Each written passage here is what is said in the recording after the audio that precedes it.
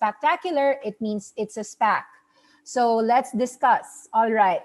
Last night was the pinnacle of success for Brian Chesky and Gabia's Airbnb. In the last 11, 12 years, take note that both of them, most of you guys know the story, both of them had failed it was 2008 financial crisis. There was a lot of people who were losing their jobs. Both Brian Chesky, Nathan Gabia, the founders, also had no money. And so to see them actually 12 years after with $100 billion valuation for Airbnb's IPO is really more like a Cinderella story. It's a story that anyone who has a dream can actually be $100 billion. Well, not anyone with persistence, hard work, and a lot of genius too. So Airbnb is a big deal for the company, but most likely it's a big deal for all of its initial investors. Y Combinator is actually one of the biggest investors of Airbnb, especially during the pre-seed round. And so I was telling some folks that in this IPO, who are the winners? That $100 billion valuation, the biggest winners are Y Combinator, Greylock Partners, those who invested early on Airbnb. And in that skyrocketing $100 billion valuation, what you should understand is that somebody got 100x there. 100x means that his $10,000 investment is $1 million. His $100,000 investment is $10 million. Way before it IPO'd, Airbnb was a private equity investment. And therefore, today we are going to discuss about people and companies that invested in Airbnb. And now discuss, don't worry, I know the title is Spectacular December. What does IPOs and venture capitalists and SPACs have to do with this? Just listen in, all right? Airbnb is actually a Greylock investment since Series A. When a company is starting, of course, some of you might know of Startup. Let me discuss. Startup is a Korean drama.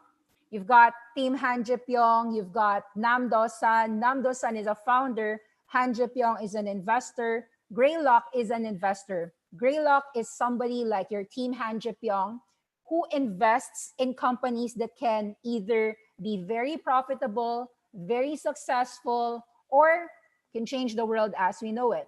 So they can do both. They can do all of that. So Greylock is an investor, typical of your sandbox investors in that Korean novella. So those Korean novellas are actually real life. You can invest in companies way before they go public. And truly, the way to do that is through venture capitalists. So this is a Series A investment. You've got Series A, B, C, D, E. Before a Series A funding, you can also be a seed investor. So let's read the Airbnb Reflections of Reed Hoffman. This was his very first Greylock partner investment, a Series A investment on Airbnb. So let's see.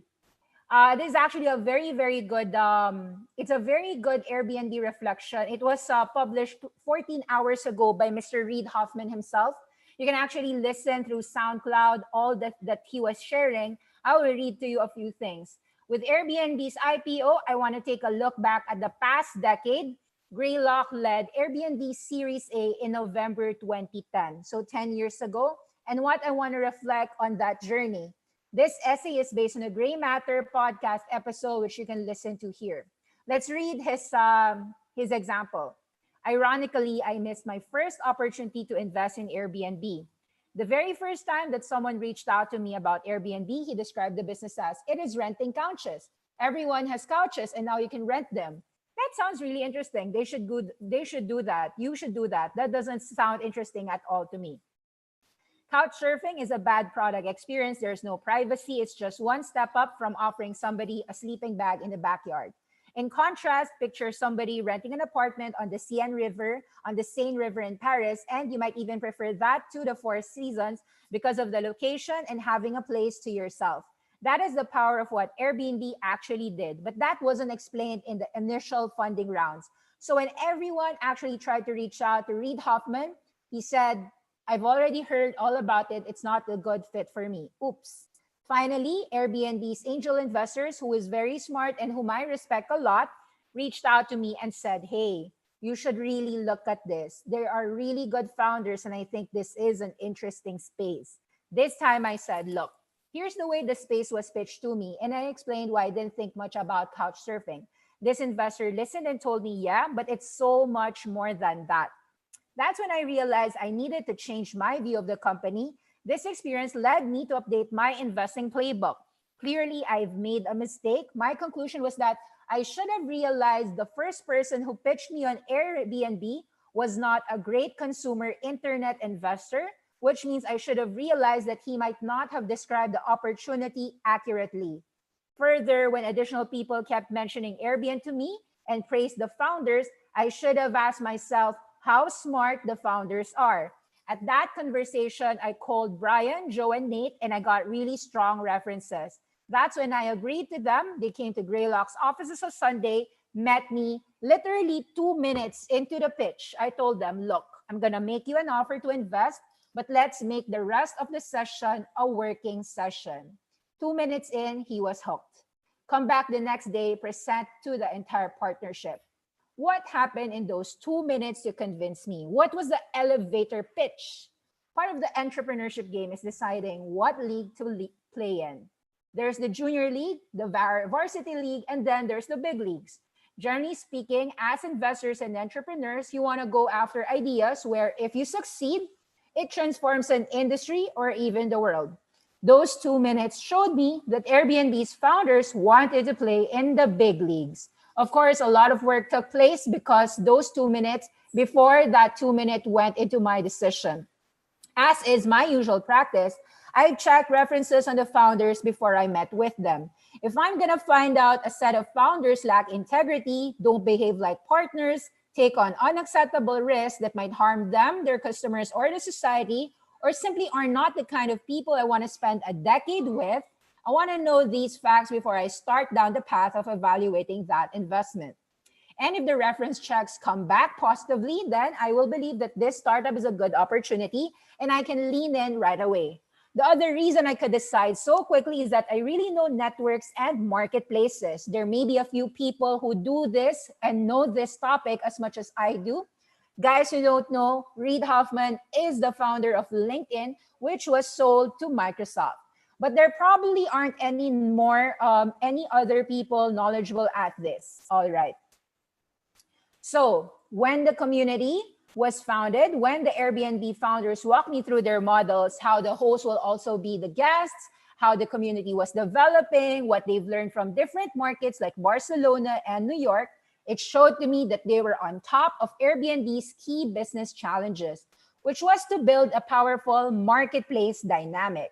Their marketplace was still very small, but it seemed like it was en route to something big.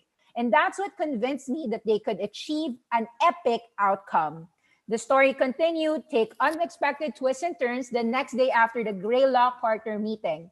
One of the things that I love about Greylock is that it is a very clear-headed organization. For example, one of the key things that Greylock learned from its 55 years of investing history is that many of its best investments drew a mixed reaction at the partner meeting, with some partners concluding, this is absolutely critical and important, while other partners go, I think this is a mistake. This is gonna be a drag on the portfolio. It's gonna be a waste of time. That was exactly how the partnership happened when I brought in Airbnb. A central reason why I joined Greylock was David Che, who was my most helpful board member at LinkedIn. David, who was my primary recruiter at Greylock, looked at me after we debated the deal and said, every VC has to have a deal that they can fail on. Airbnb can be yours. I was taken aback. Whoa, I thought, here's an experienced venture capitalist who invested in LinkedIn and Facebook telling me that my very first deal is a loser, but I had enough conviction to believe. I think I'm right. I think David's wrong. Guys, for those who don't know, Reed Hoffman invested also in Facebook in the earliest years. Now, the other partners like James Lavette supported the idea, thinking that it was actually pretty interesting. So I got the license, put a term sheet down, and we made the investment. Now, here's an interesting code to that story. It took years for Airbnb's metrics to really start accelerating. For a long time, when you look at the graph, it was almost like a classic exponential hockey stick curve where it's been flat for a long time and then hits the bend and then takes off.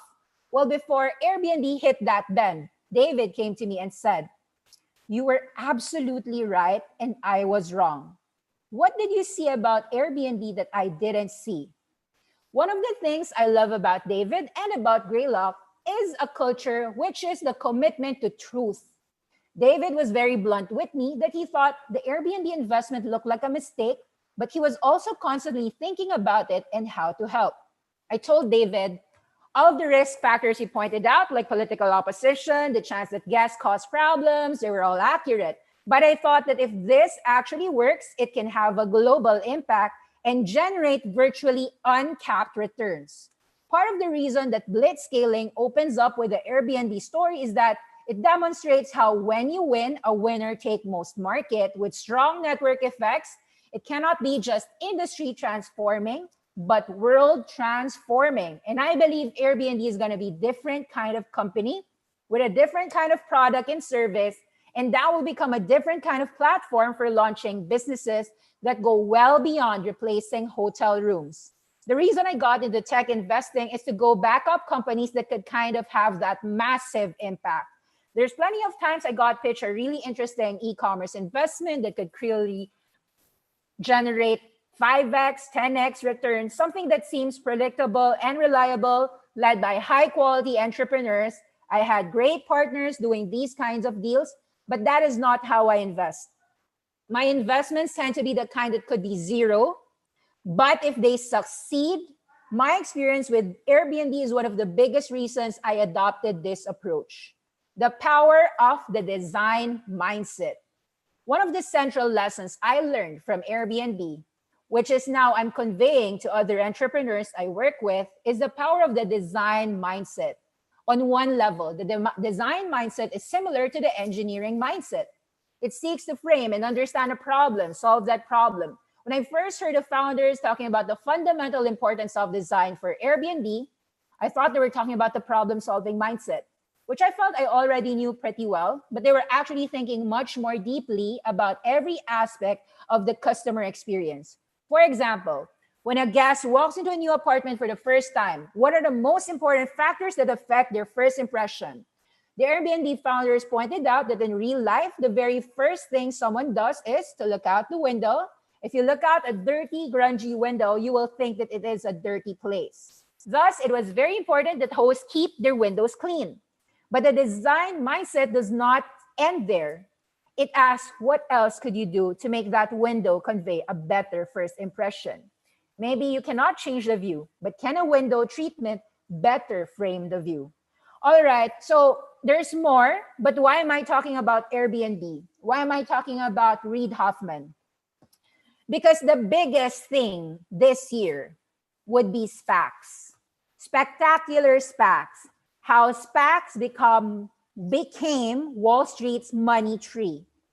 This is a Forbes magazine cover, and I'm sharing it to you.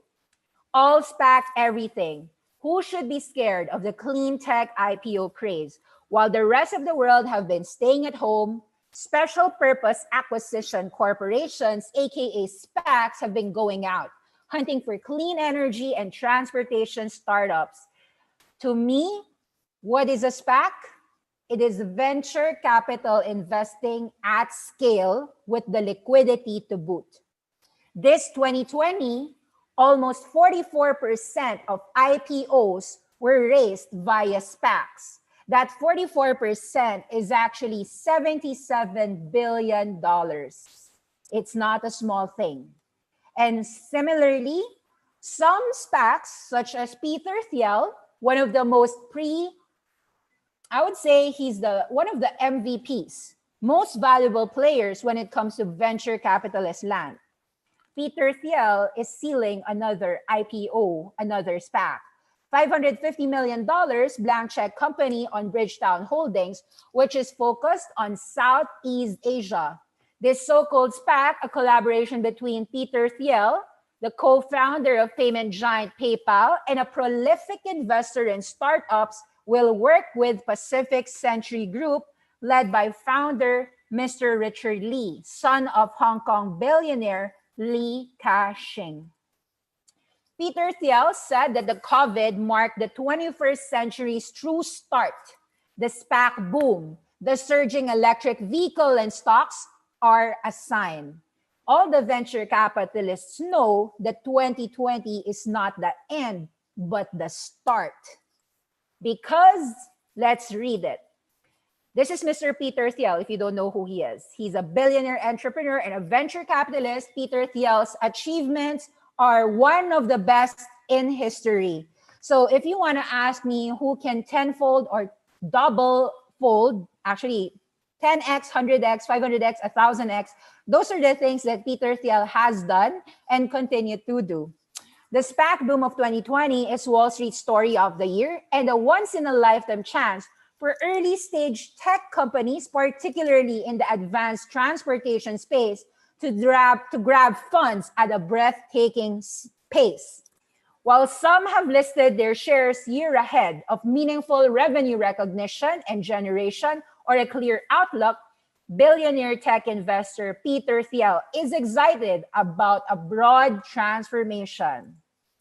There seems to be a lot of pretty crazy froth. It's going to take years for some of these companies to grow into the valuations today. But I keep thinking about the other side of it, which is that if you want to think about COVID and the crisis of this year as a giant watershed moment, this is the first year of the 21st century. This is the year in which the new economy is actually replacing the old economy. We have funded this year billions and billions of dollars outpouring electric vehicle startups, whether it be Workhorse, whether it be Lordstown Motors, Canoo, Excel Fleet, QuantumScape, the battery, Laser, the LiDAR firm, Luminar Technologies, Velodyne LiDAR. There's a lot of technologies. Thiel, of course, backed up one of the highest profile SPAC mergers, which is investing in Laser, L-A-Z-R. That was Gores Metropolis, founded by the prodigy Austin Russell. The Palo Alto, California-based sensor company deal, raising about $600 million with GMHI, turning the 25-year-old CEO into the youngest self-made billionaire in the world. Luminar actually went from $10 to $40. Did we have it? Yes. And we continue to have it, guys. We still hold our laser, aka GMHI. Awesome 10X has it, and I'm pretty sure that you also have it if you were an Awesome 10X investor or if you were listening to Awesome 10X all day long. All right, makers of cleaner cars, trucks, companies like Luminar make technology to support autonomous transportation, the eyes of autonomous travel. They've been a primary beneficiary of SPAC money, luring investors who hope to replicate the outsized returns Tesla shareholders have reaped this year as Elon Musk's electric vehicle powerhouse continued to push battery-powered cars into the mainstream. Like Tesla, which listed on the NASDAQ via an IPO in 2010, many of these new players are not going to be profitable for 5-7 years. Listing via SPAC is the fastest way rather than a conventional IPO.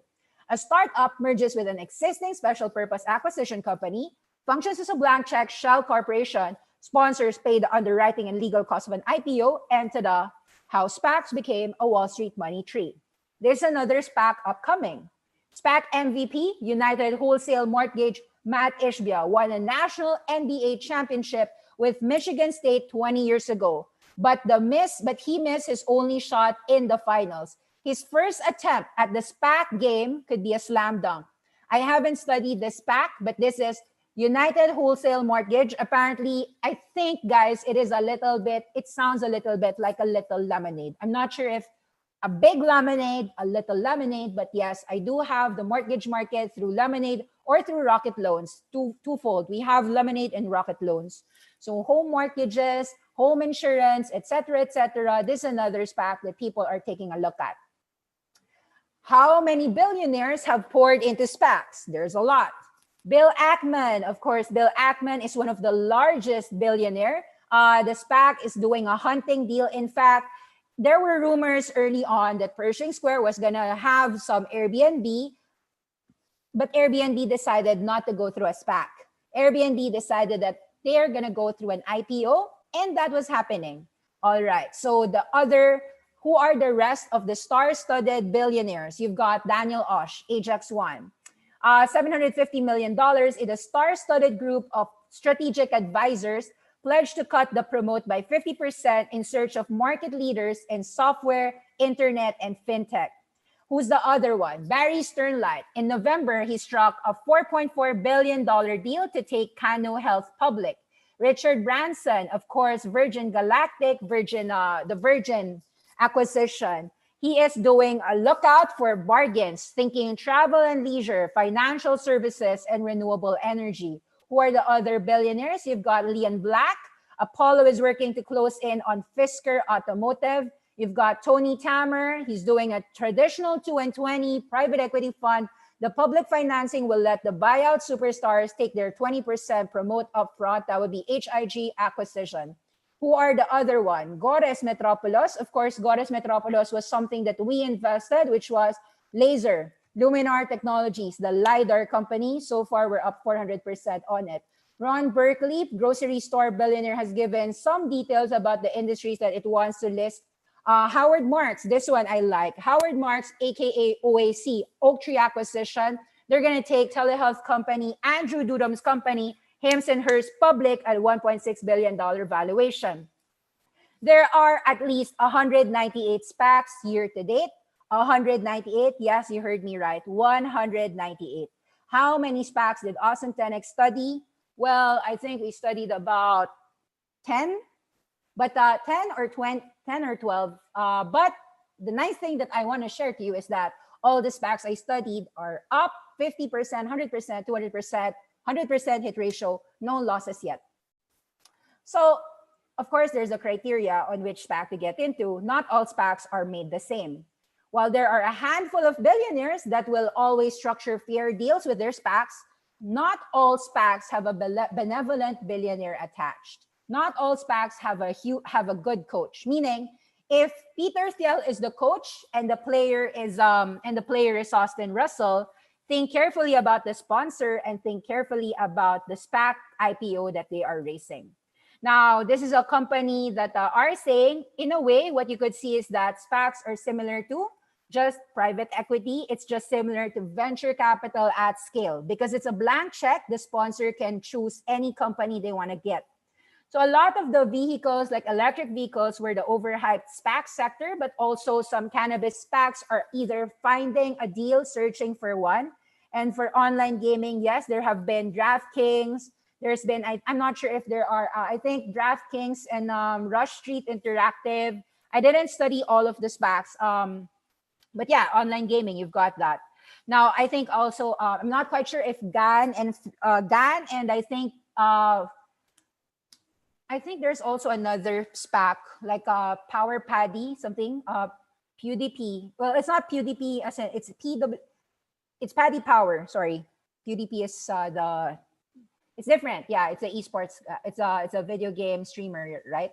Yeah, so I'm talking about Paddy Power, which I think is also a SPAC. I'm not so sure if it's a SPAC or they're abroad, but they're gonna list in the US. Either way, so as you could see, there are so many SPACs, and it wasn't long ago that there used to be people that are actually shunning all of these blank check companies. In fact, SPACs were once shunned by savvy investors. Today, they're beloved by all the wealthiest. And why would they love it? Because of the risk-reward ratios that are inherent in the SPAC sector.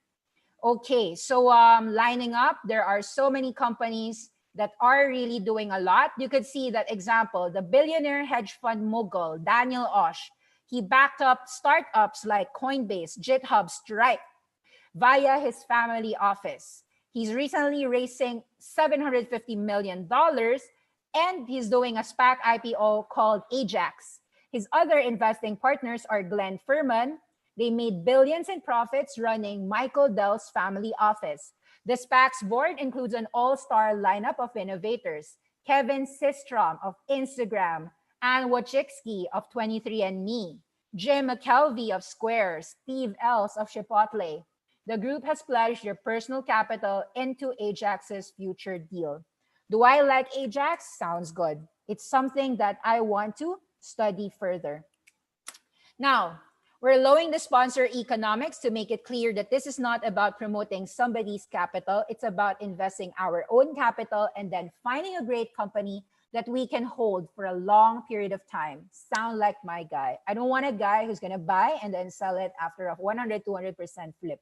I want a guy who will invest and actually hold and handhold that company for a decade, if you will. That's why Reed Hoffman's story about Airbnb, their investment on the investment of Greylock to Airbnb will not end even after a $100 billion valuation. Take note that when SoftBank, which is in a way also a Masayoshi Son, is in a way of venture capitalist behavior, when he invested, when Alibaba was $100 million, not at $1 trillion, which means it is a 1,000x move, because 100 million times 10 is a billion times 1,000 is 1 trillion. So you can imagine, yes, Masayoshi Son took a 20% stake in Alibaba. That $20 million is today, I think it's about, well, it's not yet $200 billion, but it will. I think it's about $100 billion. So that's about 5,000x. Tama ba? 20M times 100. Anyway, it's in the 1,000x, yeah. 20M times 1,000 is $20 billion. Yes, indeed. That's Masayoshi Son, 1,000x. So here we are just thinking about awesome 10x when other people are doing 1,000x. Those people are people that we just respect. Okay, but are all SPACs good? No, there are suspicious SPACs as well. So you have to think twice. We're not going to discuss the suspicious SPACs because I didn't study them. Some people think that there are some red flags here and there. Of course, Nicola was a red flag. So a lot of things, right? SPAC year to date. Yes, let's read this together. SPACs have continued to tear this year, setting a new record for count and amount raised with each successive quarter. However, not all investors are embracing the reemergence of SPACs. Those that were around during the global financial crisis are calling this another bubble, as they experienced a rapid rise, though on a smaller scale, before things came to a screeching halt. When looking at the companies of these SPACs since 2017, outcomes have been extremely varied, with a median performance trending downwards. However, the future may be brighter. Notable shifts in the industry have created more transparency and more credibility as reputable investors dabble into this space.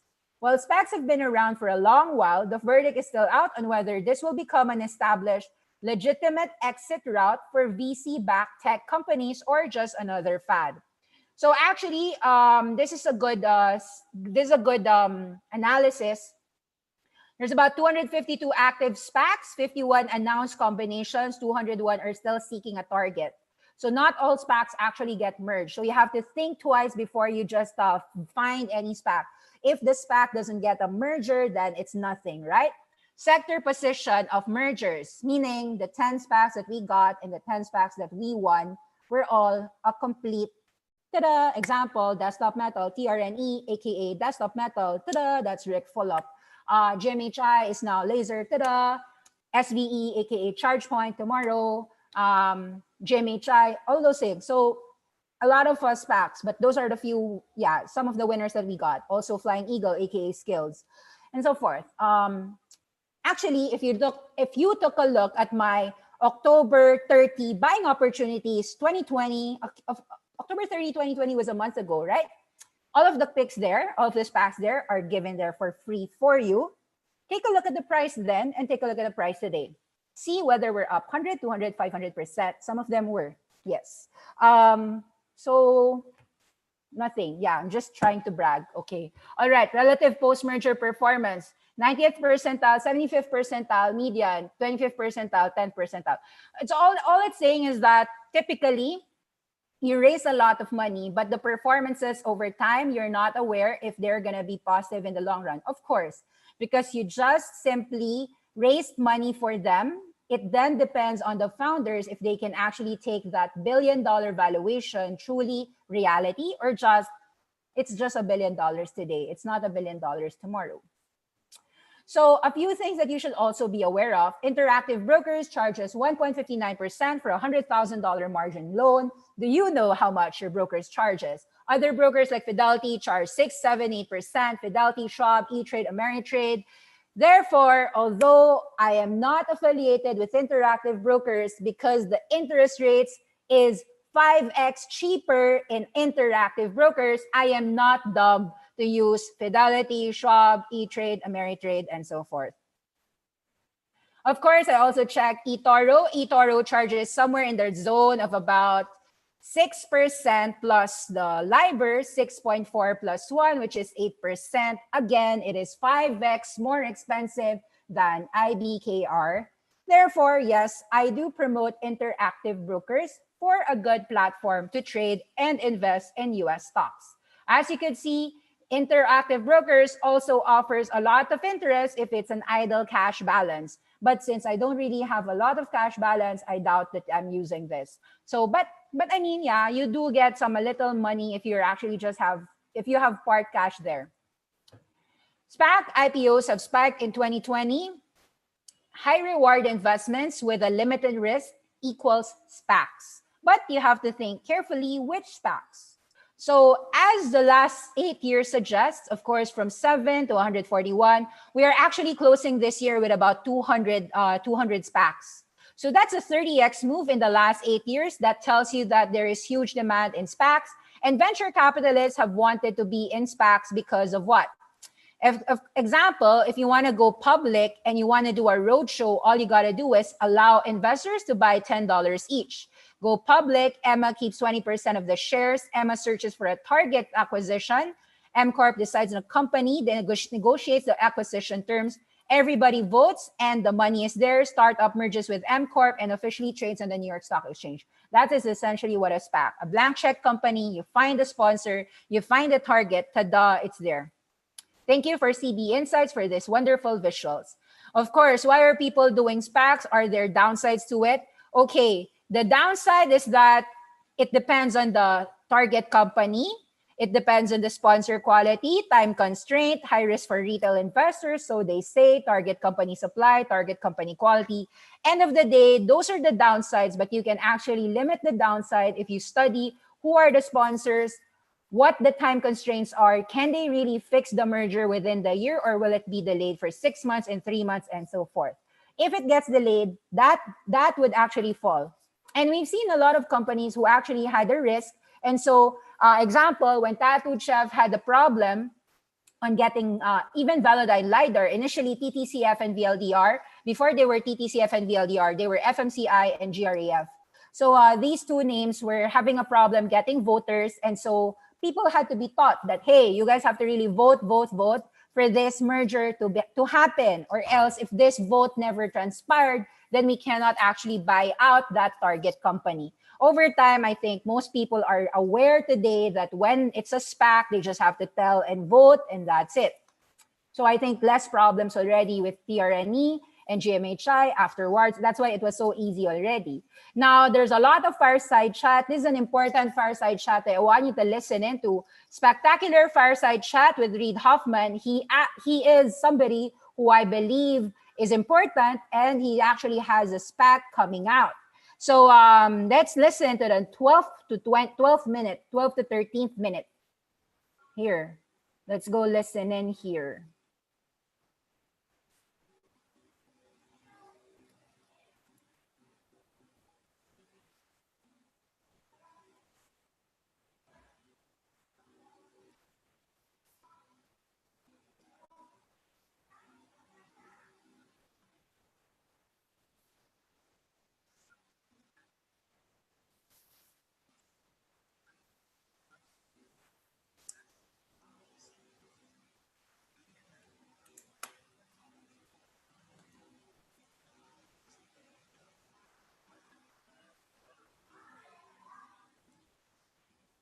All right, guys. I realized that you weren't able to listen to the sound. Wait up.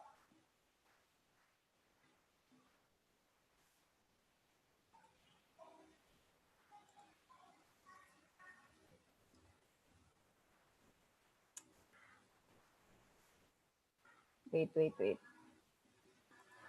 So people were saying that they weren't able to hear the sound. Let me try if this works. Wait up. Spectacular fireside chat with Reed Hoffman. He discusses about why venture capitalists are doing SPACs. And yeah, let's go to the YouTube. Okay, it's an unlisted video. So let me just try to share. Let me share the link. Wait up. Copy, share. Let's see if you can, let's see if this one works already, all right? Can you hear it now? Can you hear it? Audible? Hindi pa rin? No audio?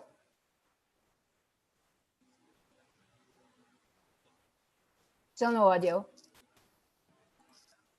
Okay, I'm sorry about that. Still no audio. I think I have to share the sound in advanced settings. Wait up. New share computer sound. Let's see. At that. And so that was kind of the idea for us and the idea for reInvent, but it's also the reason why. All right, let's start here. Whether it's through cycles of invention or cycles through reinvention is actually, in fact, what's really important. And we need to be, we need to be set up for that next decade and decade plus in terms of how we're operating. So how do we do that? And actually, VCs are better at that than the classic IPO investing banks, right? Like the people who say, look, this is what we do, right? Are better at that. And so that was kind of the idea for us and the idea for reInvent. But it's also the reason why I think the SPACs are fundamentally a good category that's better for the markets, better for the markets to have in addition, right? Better for investors to have in addition, and better for companies to have in addition. And that's why I have, basically, I would say resolute and total confidence that it will continue as a category. Interesting. Good to hear. Well, we're thrilled to hear that. And one other maybe follow. So I think you heard what he was saying. He said that investors have to be set up for the next decade. And the SPACs as a category is a great category because you are able to invest. Good morning. My name is Susan Winter and head of a global syndication at SPV. And I'm joined here today with Devika Patel, managing director in our relationship management team at SPV. Thank you all for joining us this morning. It's a treasure to get together with everyone. And we'd like to... Okay, stop that. So what you heard is that Reed Hoffman was saying that indeed, SPACs as a category is actually good for the market, good for investors, and actually good for companies, especially the venture capital. It is more suited for venture capitalists. That's why you'll notice that all of the SPAC investors have been sponsored by, example, Chamath Palihapitiya. He has IPO-A to IPO-Z. IPO-A was like Virgin Galactic. IPO-B was Open Door. IPO-C, I don't know. IPO-D, I don't know. EFG, HIJK, LMNOP, QRS, TUV, WXYZ. 26 IPOs coming out from Chamath. The thing about these IPO A, B, C, D, E is that essentially they are all SPACs. They are just blank check companies, and venture capitalists are getting the money so that they could fund A, B, C, D, E, F, G. So what you are doing here is actually looking at the venture capitalists and looking at the players that they are investing upon. Now, this is why I think this is an interesting bet. Who is Reed Hoffman? Reed Hoffman is an American internet entrepreneur. He is a venture capitalist and he's also an author. He's a co-founder, executive chairman of LinkedIn, which was essentially sold to Microsoft, continues to be in Microsoft. He's currently a partner at a venture capitalist firm, Greylock Partners. Net worth, $2 billion. What else do we have to know about him? What you have this is a different SPAC. Wait up. We have to start with, okay, we will discuss about Greylock Partners because essentially, Reed Hoffman, in my view, is coming out with RTP. This is RTP, Reinvent Technology Partners. Reinvent Technology Partners has a warrant. It actually started at about $2. Right now, it's $2.80 already, or 40%. And if you take a look at RTP, Reinvent Tech Partners, a warrant is essentially an option to buy the shares of the company. So I think you can, that is like an option to buy the shares at $1, at $10. So this is RTP. You'll notice that this is RTP. RTP is trading at $11.15. If I could buy it at $10, if I buy 3 shares, that means that I could buy 3 times 10, $30 plus 2.8, 32.8, versus if I buy 11.15 times 3, or $33.45. What essentially happens is that if this $11 goes to $20, it's like a triple levered bet. Meaning, if I can buy shares at about, so can you imagine, it's just, it's 1:3. It's if RTP is the stock, if 11 went to $20, what happens to the warrants that allows you to buy RTP at $10? Definitely, $2 goes to where, guys? $10. Why? Because 3 times 10 is $30, right? Meaning, if 20 times 3 is 60 and I can buy 30, I can buy shares, then the warrants would have to go up in value at the same time.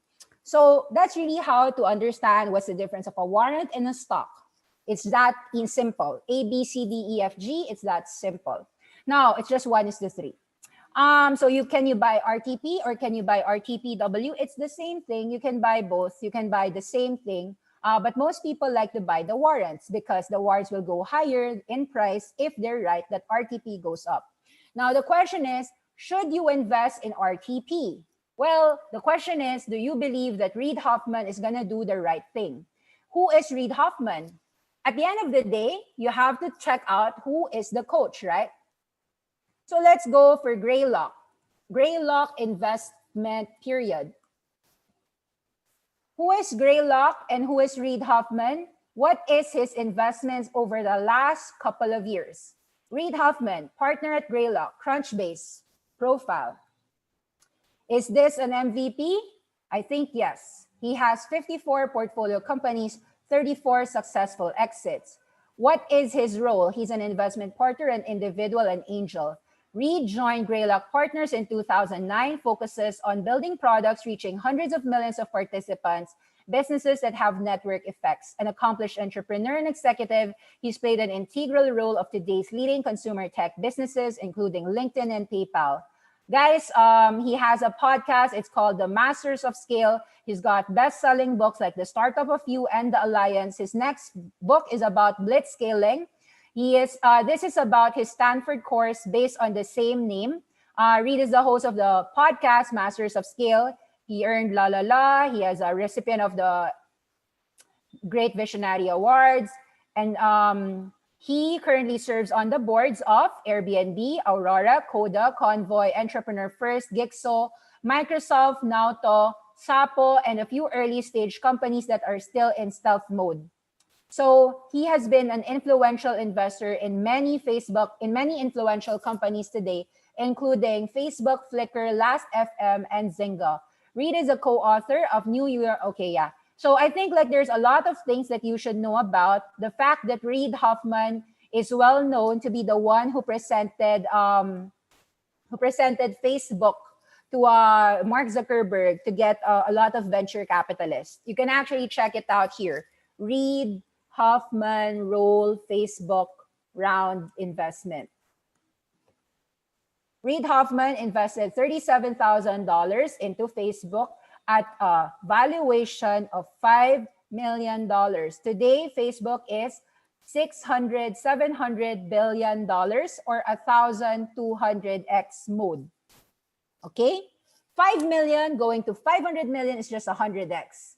5 million going to 500 billion is, mahina na ako magmat, 5 times 100. 1,000 is 5B. So 100,000x pala to, guys. Tangina, no? Ay, sorry, bad word. 100,000x. That is the kind of investor that Reed Hoffman is. Okay? So do you believe in a guy who has that record? Regardless of any difficulties, la la la. Okay, do you want to know how much the valuation that Reed Hoffman invested into Airbnb? Let's go. Reed Hoffman, Airbnb investment round. So he invested on Airbnb Series A. Good deals are controversial. Reed Hoffman on investing in Airbnb. New funding. All right. My rules of 3 for investing. An initial round. The point is, guys, he is a 100x investor. He's not an awesome 10x investor. He's a 100,000x investor. So should we follow and respect guys like him? The answer is yes. So that's one guy that I think that you should understand on this SPAC business. The next that I think that you have to take a look at is this one. The new SPAC in town would be Bridgetown and Peter Thiel, BTWN. Bridgetown Holdings announced the following. Starting December 7, the holders of 60 million shares in the company's A shares in the symbol BTWN and BTWNW. No fractional warrants will be issued upon separation of the units, and only whole warrants will trade. Those units not separated, la la la, BT Town U. So it is a blank check company. Okay, let's talk about this blank check company. It's a $550 million blank check company. The important thing is that the company is led by Mr. Daniel Wong, CFO, and Chairman Matt Dyson.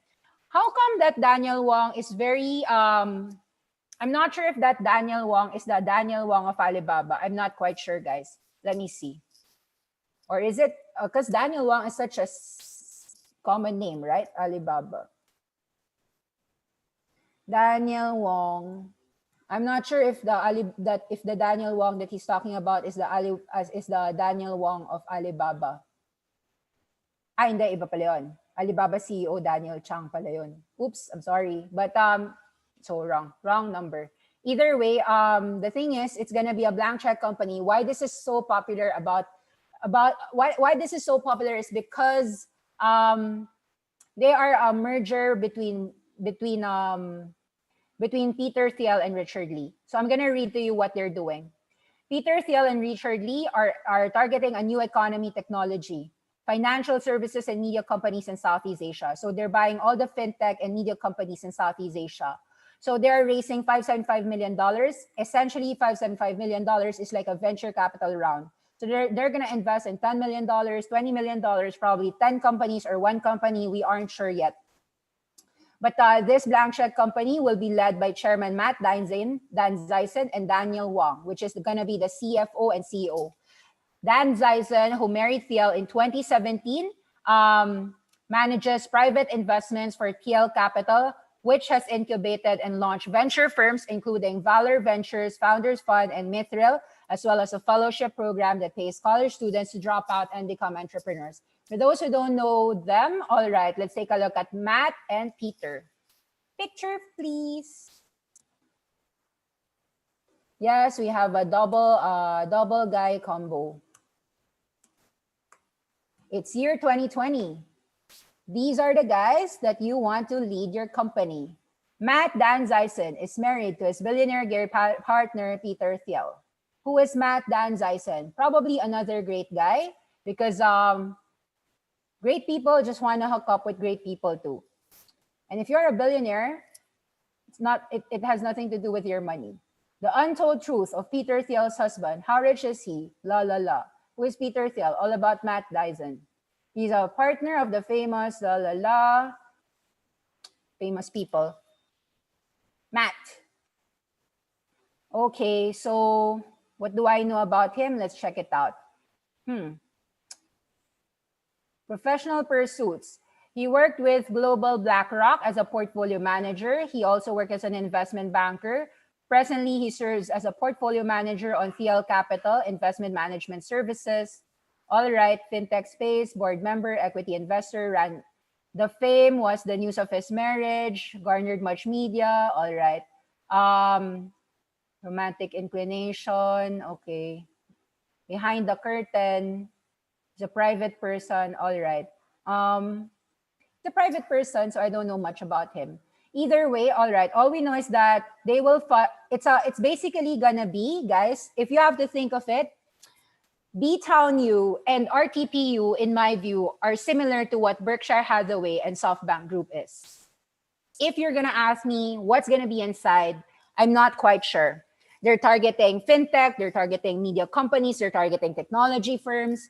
Whatever they're targeting, all that I can assure you of is that Peter Thiel is not gonna invest in companies that are simply zeros.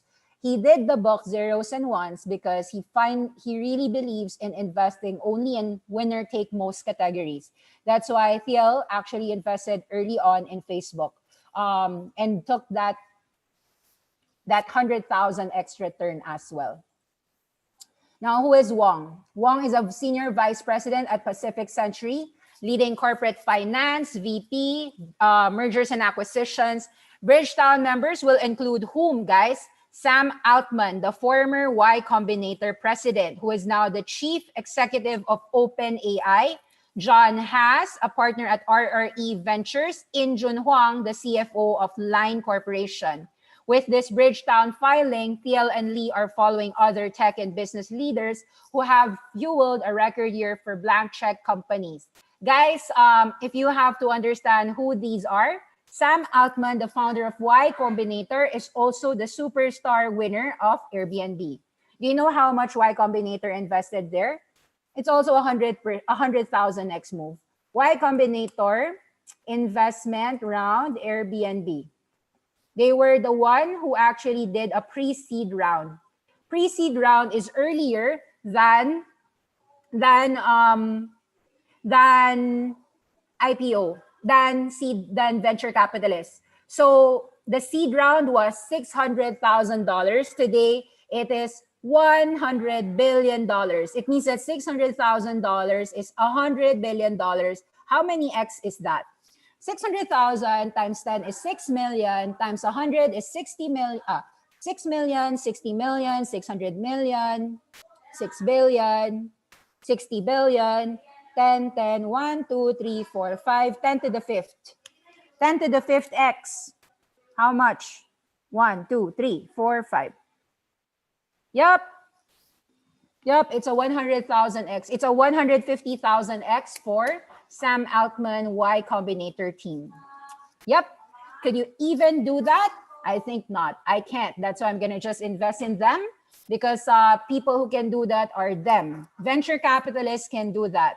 Now, who is Richard Lee? Richard Lee is partnering up with Peter Thiel. He is a Hong Kong businessman and philanthropist. He's the founder and chairman of the private equity firm Pacific Century Group. That's the family office that he has. Who is he? He's the son of Mr. Li Ka-shing. Is Mr. Li Ka-shing somebody you know? Of course. Li Ka-shing invested in Zoom Video, guys. Li Ka-shing, investor, Zoom Video. Before Zoom Video went into the 5x, $100 billion space, Lee's holding has already bought Zoom before it went IPO. And that has zoomed further and further, meaning, yes, of course, if you are,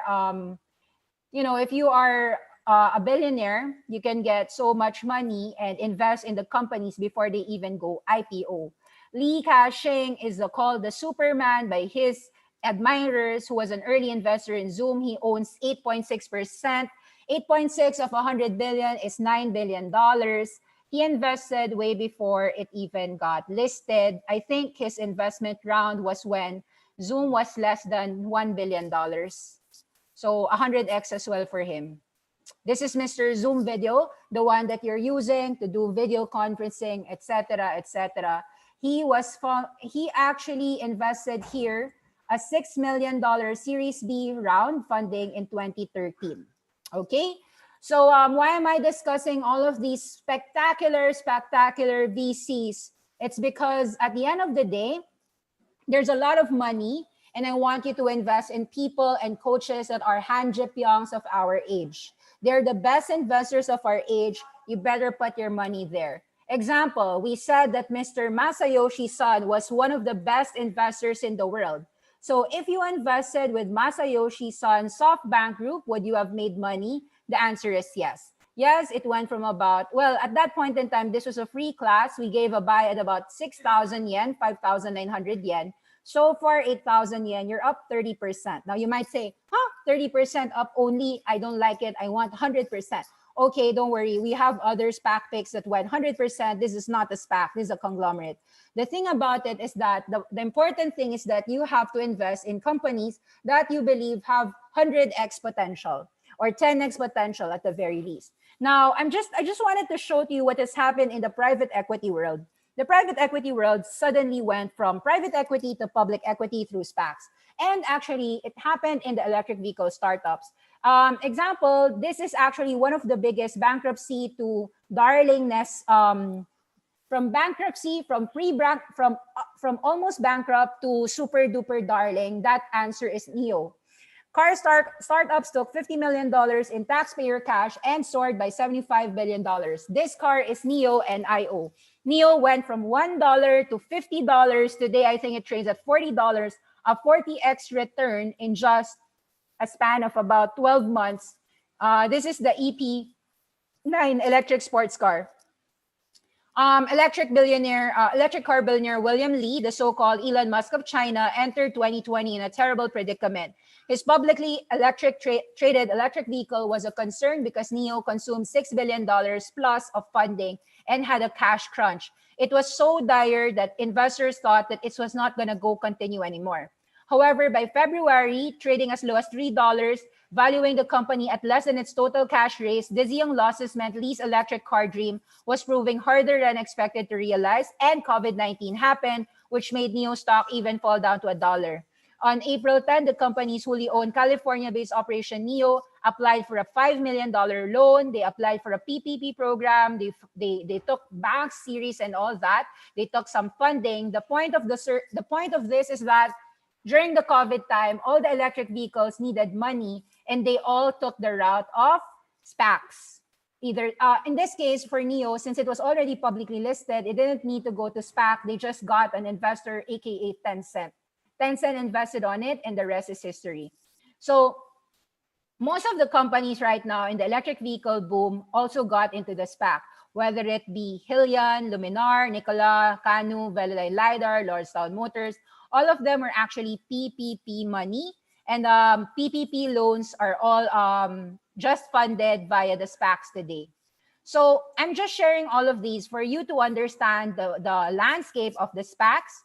And so I'll just end with these notes. I'm going to show to you the SPACs that have already risen so that you have a little bit of understanding why RTP can actually make you a lot of money. This is RTP today. RTP is now trading 11. Your risk of loss is $10 or $1. Sorry, is 10%. Upside is maybe 10x. Take note at BTWN, B-Town, Bridgetown. Bridgetown starts, actually all companies start at 10. So 11 is okay. 11, can it go back to 25? Give it time. I think Peter Thiel can handle this. So Bridgetown and RTP are both trading at 11. That's all right to buy in my view. What happened to our companies that we've bought in the past? This was Graph, which became VLDR. You'll notice that all of them go up. So this was the graph, went from about $10, $11, $12. Here it was 10, gap up 11, went to as high as $30, fell down near to 11 and 12. Enter here, buy, sell, buy, probably sell $24 or $30. So the point is, can you make money? The answer is yes. Can you make a ton of money? The answer is yes. If you find the right companies and the right SPACs to trade, of course, you can buy and sell, and you can actually buy and hold. For instance, if you bought and held Keqing, which is Bill Gates' SPAC, right? QuantumScape. QuantumScape is now $70. So indeed, it should be sold already by some people. But take note, if you've bought this, it was just $12 here. $11, $12 here. It's now trading at $75 or times 6 your money. So the risk is very small. The reward is very big. That's why a lot of people are actually very much interested with all the SPACs. These are the companies that we have. SPACs like Switchback, do you sell it at 42 or do you want to wait it out at about $70 or $80? It can go higher, right? But if you bought it at 12 to 14, you've got a better chance of making money rather than buying it at $40. So because at $40, you could sell 40, you could sell 60, you can go sell 80, and you have downside limited at about 25 and 12. What I'm saying is that there's a spectacular boom, there's a spectacular money tree in Wall Street. It's the venture capitalist investing mode. You might want to take advantage of RTP and BTWN. RTP and B-Town looks to be good for me. It's all about Reed Hoffman, and it's all about these billionaires like Richard Lee and Peter Thiel. Okay, that's it, and I hope you have a good night. Bye-bye. Please don't forget to like and subscribe. Awesome 10X. Bye-bye.